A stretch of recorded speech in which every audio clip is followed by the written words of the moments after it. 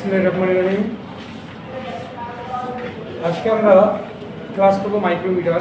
আমরা গত ক্লাসে ভার্নিয়ার ক্যালিপার নিয়ে ক্লাস করছি, আশা করি আপনারা ভার্নিয়ার ক্যালিপার বুঝতে পারছেন। আজকে আমাদের ক্লাস হবে মাইক্রোমিটারের উপর। মাইক্রোমিটারের A to Z গাণিতিক থেকে থিওরি পর্যন্ত যে সমস্যাগুলো আছে সব সমস্যা আমরা আজকে সমাধান করবো আজকে এক ক্লাসে। তোমাদের ভার্নিয়ার ক্যালিপারে যারা ক্লাসটা করছো করো নাই তারা পূর্বে ভিডিওটা দেখলে তোমরা পুরো ভার্নিয়ার ক্যালিপারটা বুঝতে পারো।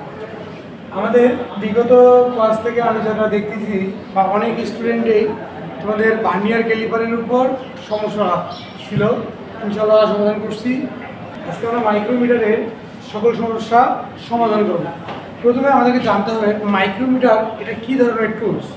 মাইক্রোমিটার হচ্ছে এক ধরনের মেজারিং টুলস। মাইক্রোমিটার কীভাবে কাজ করে, কত সূক্ষ্ম কাজ করে, মাইক্রোমিটারের সাথে আমরা কী পরিমাপ করি, তাই না? তোমরা দেখো একদম মিহি যে জিনিসগুলো সূক্ষ্ম, যেটাকে সূক্ষ্ম পরিমাপ বলে। সূক্ষ্ম পরিমাপ কি?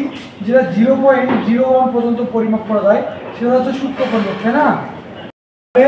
মাইক্রোমিটার এক ধরনের মেজারিং টুলস যার সাহায্যে অতি সূক্ষ্ম পরিমাপ করা যায়। মাইক্রোমিটার কাজের ধরন অনুযায়ী বিভিন্ন ধরনের হতে পারে, কিন্তু পরিমাপের উপর ভিত্তি করে মাইক্রোমিটার হচ্ছে তিন প্রকার। কয় প্রকার? তিন প্রকার। এক হচ্ছে ইনসাইড মাইক্রোমিটার, আউটসাইড মাইক্রোমিটার, আর এটা হচ্ছে ডেপথ মাইক্রোমিটার। মাইক্রোমিটারের চিহ্ন, মাইক্রোমিটার আমরা একটা চিহ্ন দেখছি, এটাকে আমরা আগে জানছিলাম আমরা ফিজিক্সে পড়ে এটাকে মিউ চিহ্ন বলে, তাই না? কি বলে? মিউ বলে। কিন্তু এইটা হচ্ছে আমাদের মাইক্রোমিটারের চিহ্নটা হচ্ছে, যেটাকে যদি আমরা প্রতীকে প্রকাশ করি, মাইক্রোমিটারের প্রতীক চিহ্নটা হবে এটা। এটা হচ্ছে মাইক্রোমিটারের প্রতীক। আশা করি বুঝতে পারছো। এখন মাইক্রোমিটারের বিভিন্ন অংশের নাম দেখো। এই মাইক্রোমিটারটা পরিচিতি দেওয়ার আগে, মানে কাজ করার আগে আমাদের মাইক্রোমিটার সম্পর্কে পরিচিতি লাভ করতে হবে। মাইক্রোমিটার কোন অংশের কী নাম? এটা অংশের নাম দেখো। এইখানে হচ্ছে অ্যানভিল, এটার নাম কি? অ্যানভিল। এটা নাম হচ্ছে স্পিন্ডল, এটার নাম স্পিন্ডল। একটা জিনিস মাথায় রাখবা, অ্যানভিল এবং স্পিন্ডলের মিডলের যে জায়গাটা, এই যে ফাঁকা জায়গাটা, এটাকে বলা হয় মেজারিং ফেজ। এটাকে বলা হয় এইখান থেকে এই অংশটার নাম হচ্ছে মেজারিং ফেজ। কি নাম? Measuring phase. এখন এই তোমাদের ভার্নিয়ার ক্যালিপারে তোমরা দেখছো দুটো স্কেল ছিল, একটা ছিল প্রধান স্কেল, একটা ছিল ভার্নিয়ার স্কেল। এই আমাদের মাইক্রোমিটারেও দুটো স্কেল থাকবে। একটা হচ্ছে দেখো প্রধান স্কেল, অর্থাৎ এই যে স্কেলটা এটা হচ্ছে প্রধান স্কেল, আর এটা হচ্ছে বৃত্তাকার স্কেল। কি স্কেল? বৃত্তাকার স্কেল। যে বৃত্তাকার স্কেলের সঙ্গে এটা স্কেল অ্যাড করা আছে। এই স্কেলের নাম হচ্ছে বৃত্তাকার স্কেল, এই স্কেলের নাম হচ্ছে প্রধান স্কেল। প্রধান স্কেলের দাগ সংখ্যা এবং বৃত্তাকার স্কেলের দাগ সংখ্যা আছে।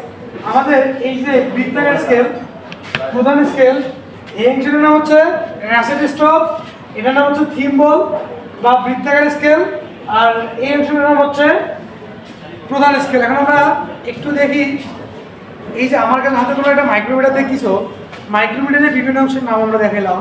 আমরা যে অংশগুলোর নাম দেখলাম, এখন আমরা একটু প্র্যাকটিক্যালি দেখবো। দেখো এই যে মাইক্রোমিটার, আমার হাতে একটা তোমরা মাইক্রোমিটার দেখছো। মাইক্রোমিটারে আমরা যেটাকে বললাম প্রধান স্কেল, এটা হচ্ছে র্যাসেট স্টপ। এইটাকে যদি তোমরা এই দিকে পিছনের দিকে একবার ঘোরাও, এটা পিছনের দিকে ঘোরালে আমাদের বৃত্তাকার স্কেল সামনের দিকে, বা বৃত্তাকার স্কেলটা সামনের দিকে অগ্রসর হবে। আর এটাকে যদি তুমি সামনের দিকে ঘোরাও তাহলে এটা প্রধান স্কেলের বৃত্তাকার স্কেল যদি তোমরা সামনের দিকে ঘোরাও তাহলে এটা প্রধান স্কেলের সামনের দিকে অগ্রসর হবে। এটাকে যদি তোমরা পিছনের দিকে ঘোরাও তাহলে এটা প্রধান স্কেলের বাইরের দিকে অগ্রসর হবে।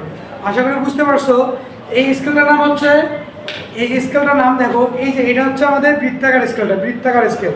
এই স্কেলটার নাম হচ্ছে প্রধান স্কেল, এই স্কেলের নাম হচ্ছে বৃত্তাকার স্কেল। এইটার নাম হচ্ছে, যে একটা দেখো আর মানে খাড় একটা জিনিস বোঝা হচ্ছে, এই অংশটার নাম হচ্ছে থিম্বল, এই অংশটার নাম থিম্বল। এই অংশটার নাম হচ্ছে র্যাসেট স্টপ, এই অংশটার নাম হচ্ছে অ্যানভিল, এই অংশটার নাম হচ্ছে স্পিন্ডল। অ্যানভিল এবং স্পিন্ডলের মাঝখানে পুরো ফাঁকা জায়গাটা দেখতেছো, এখানে যখন কোনো একটা বস্তু দিবা, এইটার নাম হচ্ছে আমাদের মেজারিং ফেজ। কি ফেজ? Measuring phase. আর এই পুরো অংশটার নাম হচ্ছে ফ্রেম। ফ্রেমটা দেখো ইংরেজি ইউ অক্ষরের মতন, পুরোটা হচ্ছে ইংরেজি ইউ অক্ষরের মতন। এখন আরেকটা জিনিস হচ্ছে, এখন আমরা ম্যাথমেটিক্স টার্মে চলে যাব। আশা করি তোমরা সবাই বুঝতে পারছো। ম্যাথমেটিক্স টার্মে দেখো বৃত্তাকার স্কেল এবং প্রধান স্কেল। আমাদের বৃত্তাকার স্কেলে এমন দাগ থাকবে, বৃত্তাকার স্কেলে 50 দাগ 100 দাগ হতে পারে, ঠিক আছে। ধরে নাও আমাদের এই বৃত্তাকার স্কেলটাতে আছে তোমাদের 50 দাগ পর্যন্ত, এটাতে আছে 50 দাগ পর্যন্ত। বৃত্তাকার স্কেলে 50 দাগও হতে পারে, 100 দাগও হতে পারে। যেটা 50 দাগ বিশিষ্ট এবং 100 দাগ বিশিষ্ট বড় কথা নয়, বড় কথা হচ্ছে এখানে যে ফার্স্টটাকে আমরা দেখবো বৃত্তাকার স্কেলের পরিমাপের সূত্র হচ্ছে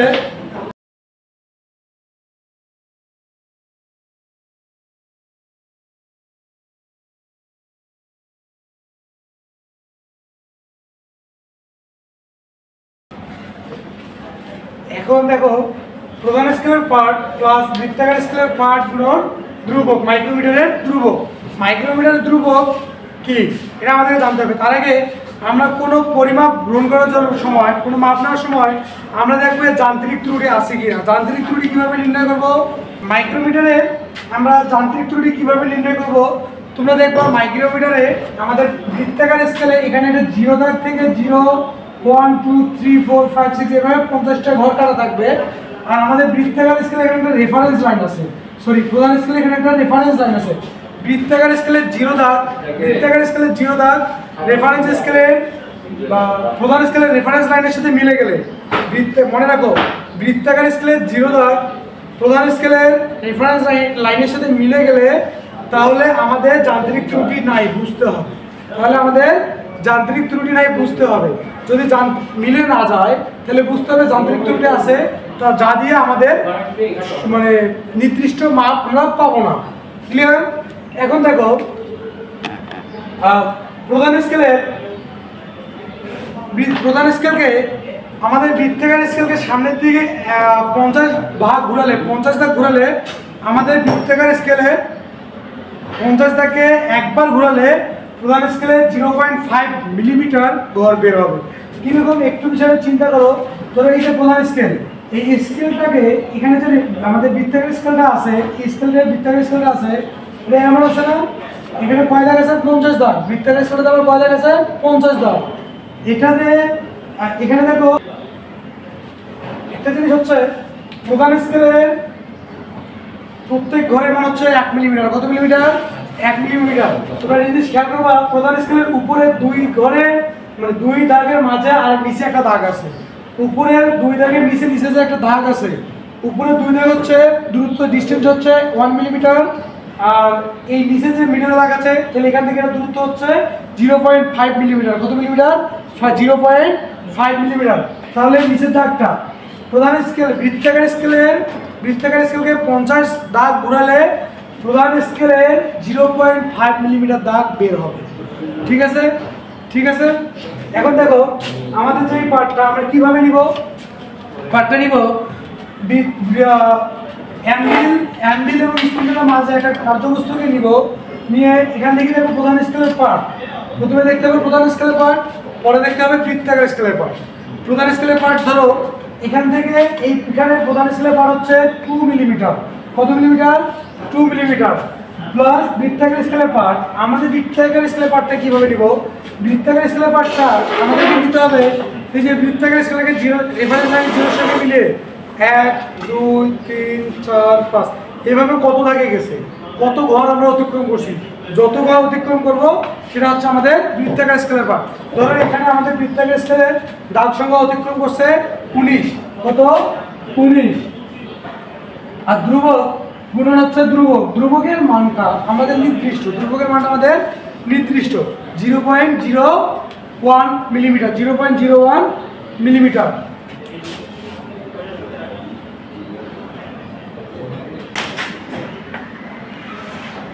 ধ্রুবক মানটা হবে 0.01 মিলিমিটার। ধ্রুবক মানটা আমাদের কনস্ট্যান্ট। এটা কনস্ট্যান্ট, এটা কেমনে বের হয়েছে আমরা একটু দেখি। ধরো বৃত্তাকার স্কেলে দাগ সংখ্যা হচ্ছে 100, দাগ সংখ্যা তো 100 দাগকে মানে তোমার যদি 50 হয় তাহলে আমাদের বের হবে 0.5 মিলিমিটার। যদি 100 হয় তাহলে বের হবে 1 মিলিমিটার। প্রধান স্কেল 1 মিলিমিটার। তাহলে বৃত্তাকার স্কেলকে 100 দাগ ঘুরালে প্রধান স্কেলের অতিক্রম হয় বা সামনের দিকে বের হয় সেটা হচ্ছে 1 মিলিমিটার, তাই না? 100 দ্বারা ভাগ যাবে না, তাহলে আমরা দশমিক নেব। দশমিকের জন্য একটা শূন্য নিলাম, 10 দ্বারা 100কে ভাগ যাচ্ছে না, একটা শূন্য দিয়ে আর একটা শূন্য নিলাম। তাহলে 100কে 100 ভাগ করলে 100কে 100। তাহলে দেখো আমাদের ধ্রুবক মানটা হচ্ছে 0.1 মিলি, এটা কনস্ট্যান্ট। এই মানটা হচ্ছে আমাদের কনস্ট্যান্ট ধ্রুবক মান, ঠিক আছে, এর কোনো পরিবর্তন নেই। তাহলে আমাদের যে কাজটা এটা হচ্ছে বৃত্তের স্কেলে আমরা কিভাবে মাপ নিব, আমাদের ফ্লো মানে কন্ডিশনটা স্ট্রাকচারটা হচ্ছে প্রধান স্কেলের পার্ট প্লাস বৃত্তাকার স্কেলের পার্ট গুণন ধ্রুবক, ঠিক আছে। এখন এই মানটা আমরা এইভাবে নিব। এখন এটাকে ক্যালকুলেশন করতে হবে 2 প্লাস 19 সাথে 0.1 গুণ করলে কত হবে, এটা গুণ করে এটার সাথে যোগ করে দিবা, যত হবে তত আমার ক্যালকুলেটরের উত্তরটা চাপো তো। এখন এই যে আমরা মাপটা পেলাম এটাকে ক্যালকুলেশন করলে আমরা পাবো 2.19। 2.19 এই যে এইটা এটা কীভাবে করলাম সব, তাই না? এটা হচ্ছে আমরা তারের গেজ নির্ণয় করতে পারবো আমরা এইভাবে। কোনো একটা তারের গেজ, কত নাম্বার গেজ, কত তারের গেজ, সেটাকে দেখবা এরকম বের করে তোমাদের হচ্ছে শিটটা দেওয়া আছে, এই শিটে দেখবা যে তারের গেজ নাম্বার এই মাপ অনুযায়ী গেজ নাম্বার দেওয়া আছে। তাহলে 2.19 কত নাম্বার গেজে আছে সেটা দেখলে তোমরা বলতে পারো। বুঝতে পারছো? আজকে এ পর্যন্তই।